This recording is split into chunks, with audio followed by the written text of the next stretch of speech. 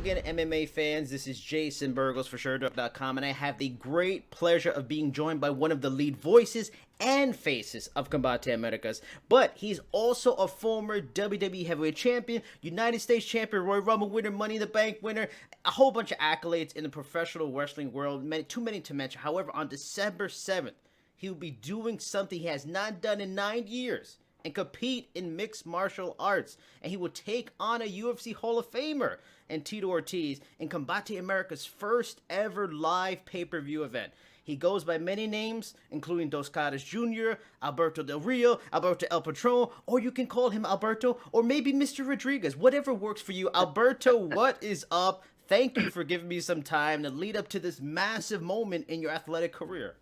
Yes, thank you, man. Thank you. And I'm sorry we couldn't do this before, but, you know, they had me from one place to the other. And also, I was wrapping up the training camp in Arizona. But I mean, it's a pleasure for me to be here with you, my friend. Now, with this fight already scheduled, all the details are gone. You know, there's nothing about worrying about information getting out there. It's coming up days away. I want to go back to how this all came together. Over a year ago, you announced you would return to the cage and fight in MMA again. When you made that decision, was there a planned opponent you always kind of had in mind, maybe back then, and it changed? Or was it always as you went through the process to get yourself in fight shape, fight conditioning, all those things? Was it kind of just about finding that right person? And when Tito came about, you know, how serious of an option was it when he signed to be your first opponent? That's exactly what it was. I mean, my only condition, the only condition was to have a good opponent, someone that would mean something for the company. Because, as you know, for my position in the company, I could have picked anyone, but that would have not do anything good for the company, for me, for the Latinos, for the young fighters in Combate Americas. So we were like going through the names, and suddenly we found out that Tito Ortiz was not under contract with anybody, and that's when I said I want Tito. I want to fight Tito because that's the perfect fight for me. Mexican American. We both have competed at a high level. Did it in Japan for many years, and national team. He's a wrestler, good fighter, and I still remember those days, or that day when I was still living in Mexico, and I saw him coming out with the Mexican flag. That moment meant a lot for me. Of course, now he has different ideas, but in the moment I found out about him not being under contract, I said we need to get Tito.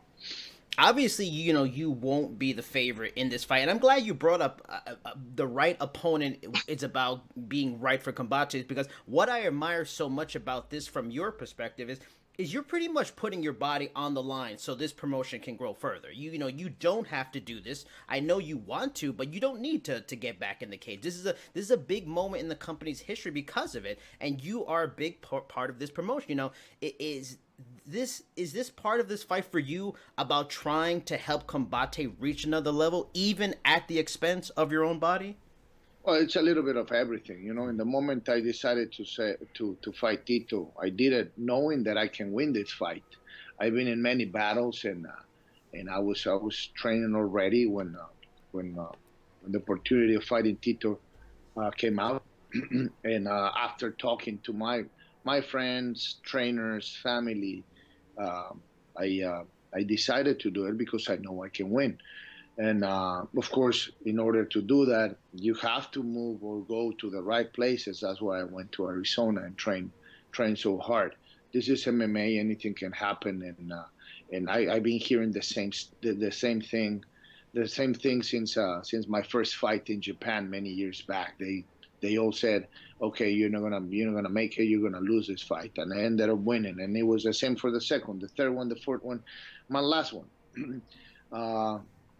I've been working so hard for this fight. I'm not planning on going to McAllen, Texas to lose. I know who Tito is. I know what he represents in the MMA world. But I'm ready for him And yes, also I'm also doing this.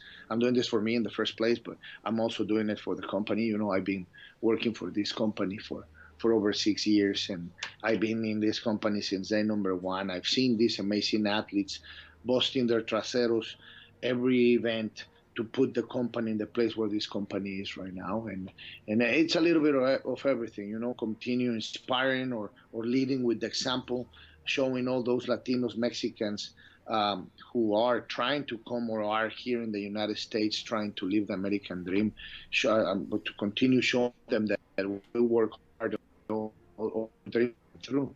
And I'm glad you brought up the training and stuff like that, because that was the next question I was going to go into. I wanted to talk about your work at the MMA lab. That's where you're working, I believe, in Arizona, which is important because that's a top gym. Now, I want, because there's going to be doubters about your abilities in this fight, especially if people don't know that you did MMA in the past. You wrestled, on an Olympic kind of level in the past too. Give me the specifics of the work you are doing at the MMA lab. Who are the coaches you're specifically working with? What's it like working with guys on occasion like Ryan Bader, CB Dalloway? Have you visited on occasion other gyms just to get other tips, looks?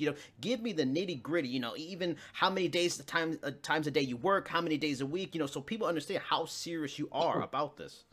Oh yes, of course. I mean that's the thing. Some people thinks that I just decided to not do pro wrestling anymore, and I just decided to change careers and become an MMA fighter. No, it was pretty much the other way around. I started with doing amateur wrestling, and then amateur wrestling in the Olympic team in Mexico, Greco-Roman wrestling team, and then I did some pro wrestling shows, but only for like 3-4 months, and then I went to Japan, and I was fighting in Japan for Pride, for many organizations, also in Latin America and Europe. Um, and then in my last fight in Japan is when WWE found me, and then the rest is history. I made a big name for myself with the WWE, but this is not my first rodeo when it comes to MMA. I know how it is when you have to go through training camp. Actually, training camp is the hardest part because I'm not saying that the fight is not difficult, but the fight is just one fight, 15 minutes, and that's it. And the training camp, you train for hours and hours with different people, different bodies, different gyms, and that's what we were doing in Arizona. I had the opportunity, and I'm gonna say thank you one more time to all of these places that allowed me to go and train with them, learn with them.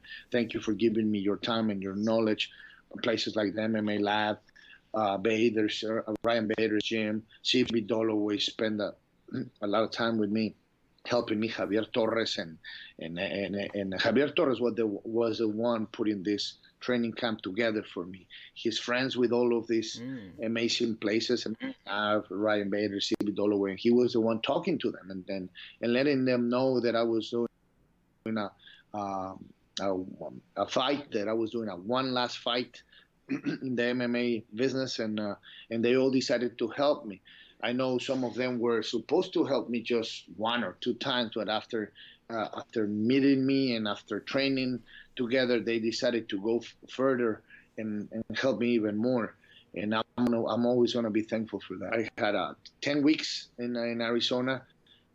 It was brutal. It was brutal, but I could feel how my body, my speed, my stamina, my strength, my everything was improving day by day. I feel ready. I feel ready. I went home. I went home for one day to San Antonio, Texas. I recharged my energy, seeing my kids, because training camps are tough. Yep. They take toll on your everything, Yep. your mind, your body, your soul, and you need to find the right balance, because sometimes your body is there, but you're not mentally there, and that's why I was needing to go home and see my children, to be there completely. And now we are just a week away, less than a week away from going to McAllen, Texas, Hidalgo, Texas, and doing this his fight against Tito I Ortiz. mean, and for a lot of wrestling fans are going to watch this, but there's going to be a lot of fans that maybe don't understand wrestling that will watch this, and they don't understand how brutal of a industry wrestling can be. But for you, having been through it for so many years and done wrestling, because amateur wrestling is very brutal too, is this one of the hardest things you've ever done? Like this training camp, you've been in kind of training camp for near a year. Is this one of the hardest things you've ever done in your athletic life? And in a way, is just getting to fight night a victory in and of itself? Have there been moments where you've been broken and you had to be rebuilt? Because you said it's tough for you physically and it's tough for you mentally in an MMA fight camp. Yes, definitely. This is the hardest. This was the hardest training camp. This is going to be the hardest event in my career because I'm not in my 20s anymore. And when you're in your 20s, when you're in your 20s, you just go at it. You don't even care. I remember one time 14 years ago. I think I got someone rang my bell during sparring in one of those sessions with Marco Huas when I was still training with the legendary Marco Huas, and I just remember myself seated there in the gym and Marco asking me if I was okay, and I just couldn't remember what happened, right? And it's like sparring, and then you just stop, and you went to the couch and sat down, and I was like, oh, shoot, I don't remember that. So I went back to the hotel, but the next, so I'm pretty sure I had a brain concussion, but I was in my 20s, so the next day I was there in the gym at 7 in the morning again, doing grappling sparring, and then sparring again at night. When you're young, you don't think about those things, or you don't even feel it, or your body recovers faster, or you think your body recovers faster. So this time it was really hard to go back and be in fighting shape, because as you know, there's a big difference between being in shape. I have always been in shape, but fighting shape is a total different thing. It was hard because yes, I'm in my 40s. I was training with 20, 21-year-old kids that were there helping me all the time, going hard, because that's the way you have to go. Also, yes, leaving San Antonio, leaving my children, moving to Phoenix and not seeing them, to be completely focused and just training, eating and sleeping, training, eating and sleeping every single day. It wasn't easy.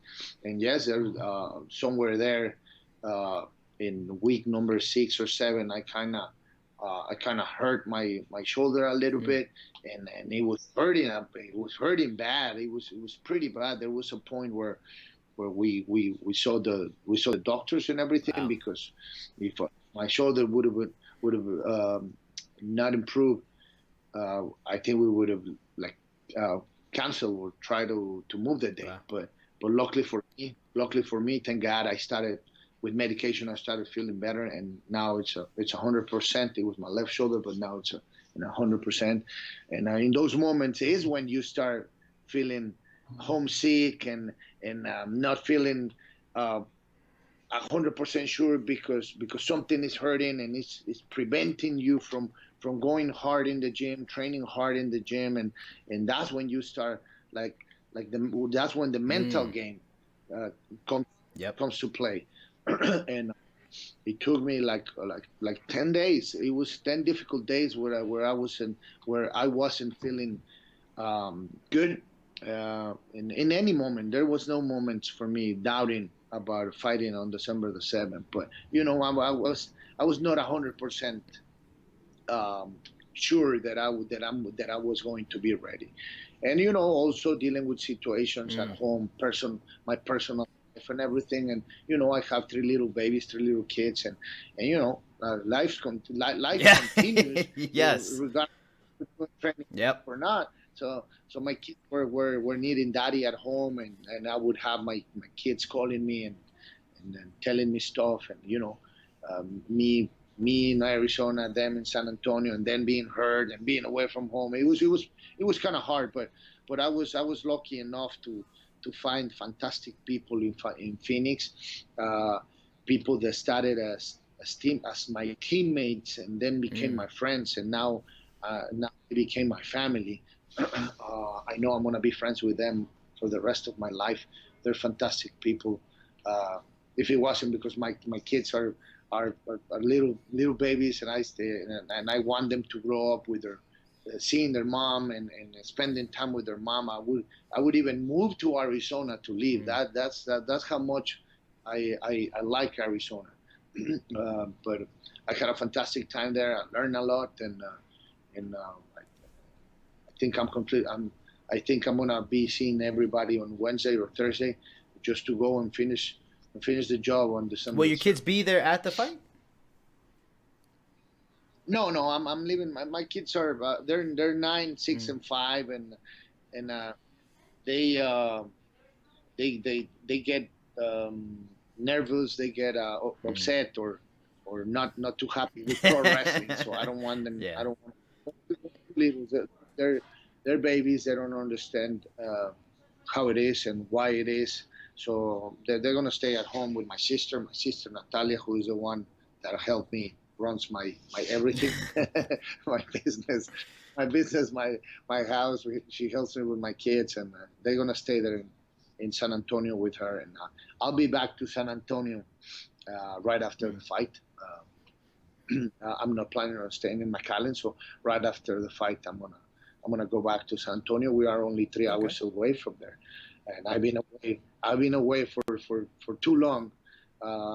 The training camp was 2 months there, but I spent another month in Mexico, so I haven't been in San Antonio for the last 3 months. How much of your camp is dedicated to specific things? I mean, or is it, kind of a bit of everything? Because Tito, obviously the path of least resistance for him is probably to take you down. But, was a lot of your camp about grappling and putting those elements of jiu-jitsu and submission wrestling in there? Was it, in a way, was it easy? Because we talked about before, you have a wrestling and amateur wrestling high-level background. Was that like riding a bike? Was that muscle memory, it kicked right in once you started doing those training again? Like, how much of your camp is striking, grappling, jiu-jitsu, strength and conditioning, or is it really balanced between everything? It was balanced between everything. Of course, you never forget how to fight. You never forget how to move, how to wrestle, how to grapple. But again, it's been a while for me. It's been a while for me, and I know a lot of people keep saying that will be a factor on December the 7th, because I retired for so long that some people, they're doubting that I'm gonna be there 100%, or be as fast as I was, as strong as I was. I feel fantastic. I mean, I know people, every time you ask someone making a comeback about the way they feel, they always say, "Oh, I feel better than ever." Yes. I don't know. I don't think anyone feels like when they were in Yeah. their 20s. I mean, they just Yeah. they have to say something. I feel fantastic. I feel fast. I feel strong mentally. I feel right there already. I mean, I can fight right now. I can fight tomorrow. I'm ready. I'm ready for it. But we balanced it. We worked a little bit of everything, because I retired for so long that I needed to get rid of all the rust and start, and also learn the Yeah. new ways, because the business has evolved in a Yeah. crazy Yep. way. It's completely different. Game these days is completely different than what it was when I was fighting in Japan. Completely different. Like, there's new techniques, new ways to do things. So we were balancing everything, working a little bit more in certain things. Yes, of course, wrestling was an important part, but not so much like doing grappling or striking, because that came back like Okay. fast. My wrestling started I started to balance my body and do what I'm supposed to do when it comes to the wrestling. Tito told me that this fight's happening at 210. How was that decided on as the weight for the fight, if that is correct, 210? And also, will you have to do any weight cutting for this fight? Oh yes, I started on 248. Wow. So how much weight cutting will you have to do, and 240. is that something, I know, like we talked about, you did wrestling back in the race, so you have some familiarity with it, but is that any concern at all? Because I'm sure you haven't had to do like a fight weight cut in a while. So is there, how are you feeling? How close are you? How far are you out weight wise? I'm only 10 All 10 right, pounds fantastic. right now. have to cut 10 pounds. We started earlier because it's been a while since last time I had to do that. I didn't want to suffer the way I used to suffer when I was in the national team, and then and my fights 10, 12, 14 years ago. So we were working with a nutritionist, Alberto Sevilla, who has been helping me with being in shape for many years. So for many years. So we restarted working with them to do this weight cut, and he got me in the place where I am right now, which is 220. We're gonna end up cutting those other 10 pounds. We're starting. I don't wanna risk it or anything, but that part wasn't that difficult for me. I've talked to different fighters, and they sometimes will admit the fear they feel before a fight. Even Darren Till, recently, a top fighter in the UFC, admitted before his fight he was so worked up about it, he even thought about pulling out of the fight. Do you feel, a fear, or maybe not even a fear, because you have done this before, but it's been a while, like even a nervousness about all of this, which would be a completely human emotion if you did, because, professional wrestling is a very difficult, brutal sport, and you know all about that, but you also know it's different from MMA, and when a guy is purposely trying to inflict harm on you, is there any nerves, or really, at this point, it's excitement? You can't wait to do this. No, right now I can't wait to do this.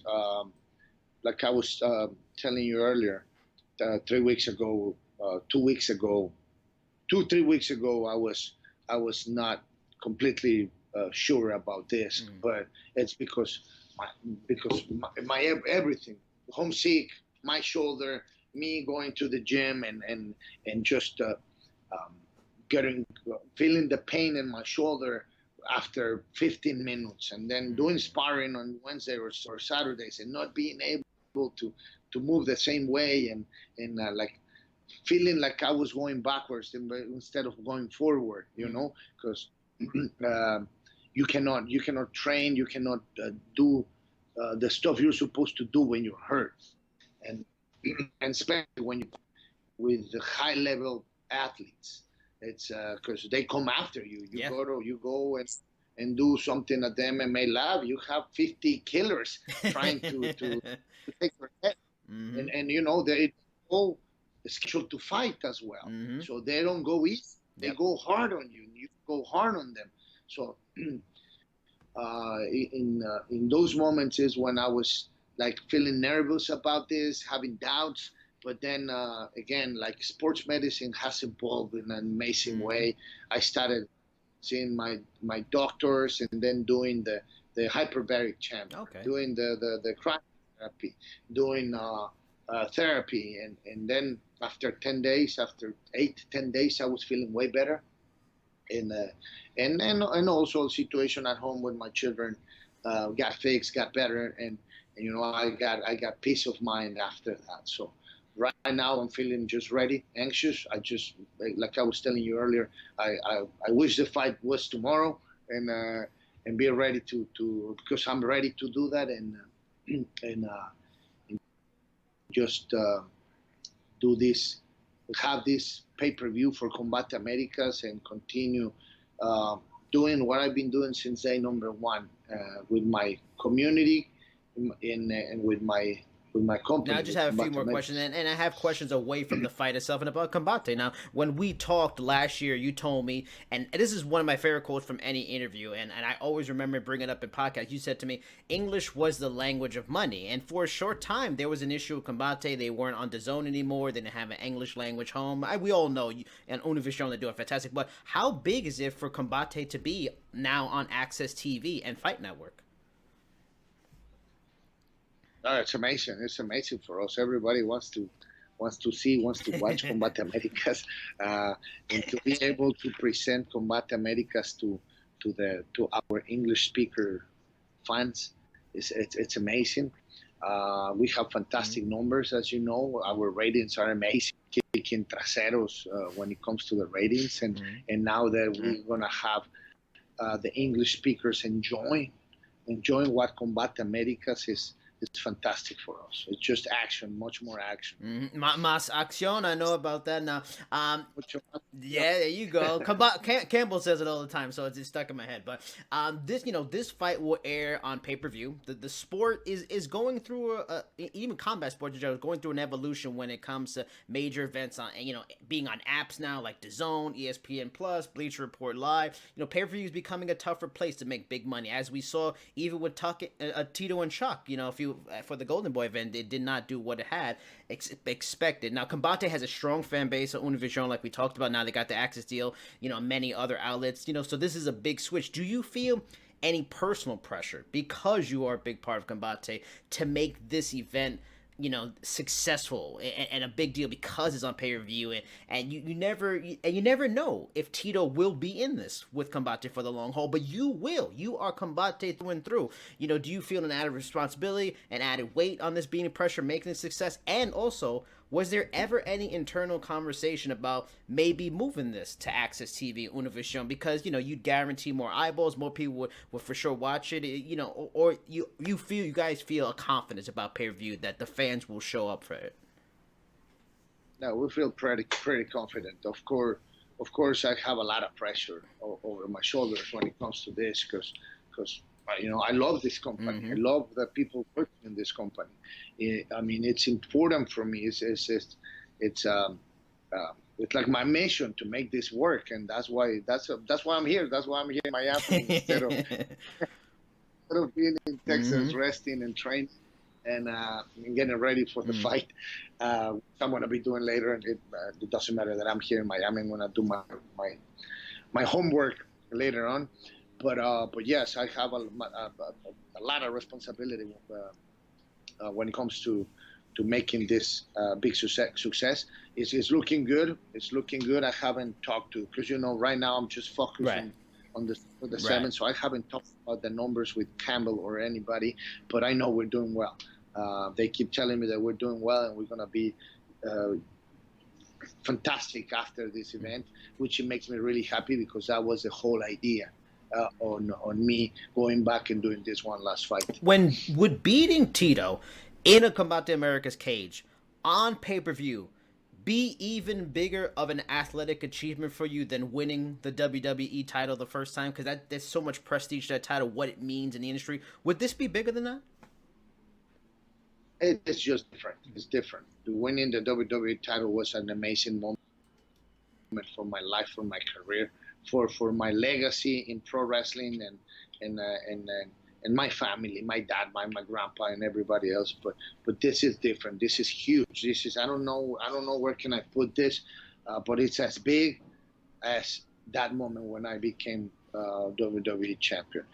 We all know who Tito is. We know it's different sports, different sports entertainment, but it's going to be fantastic for me to go there and accomplish this mission, and then go home happy, and then continue doing what I'm doing with Combate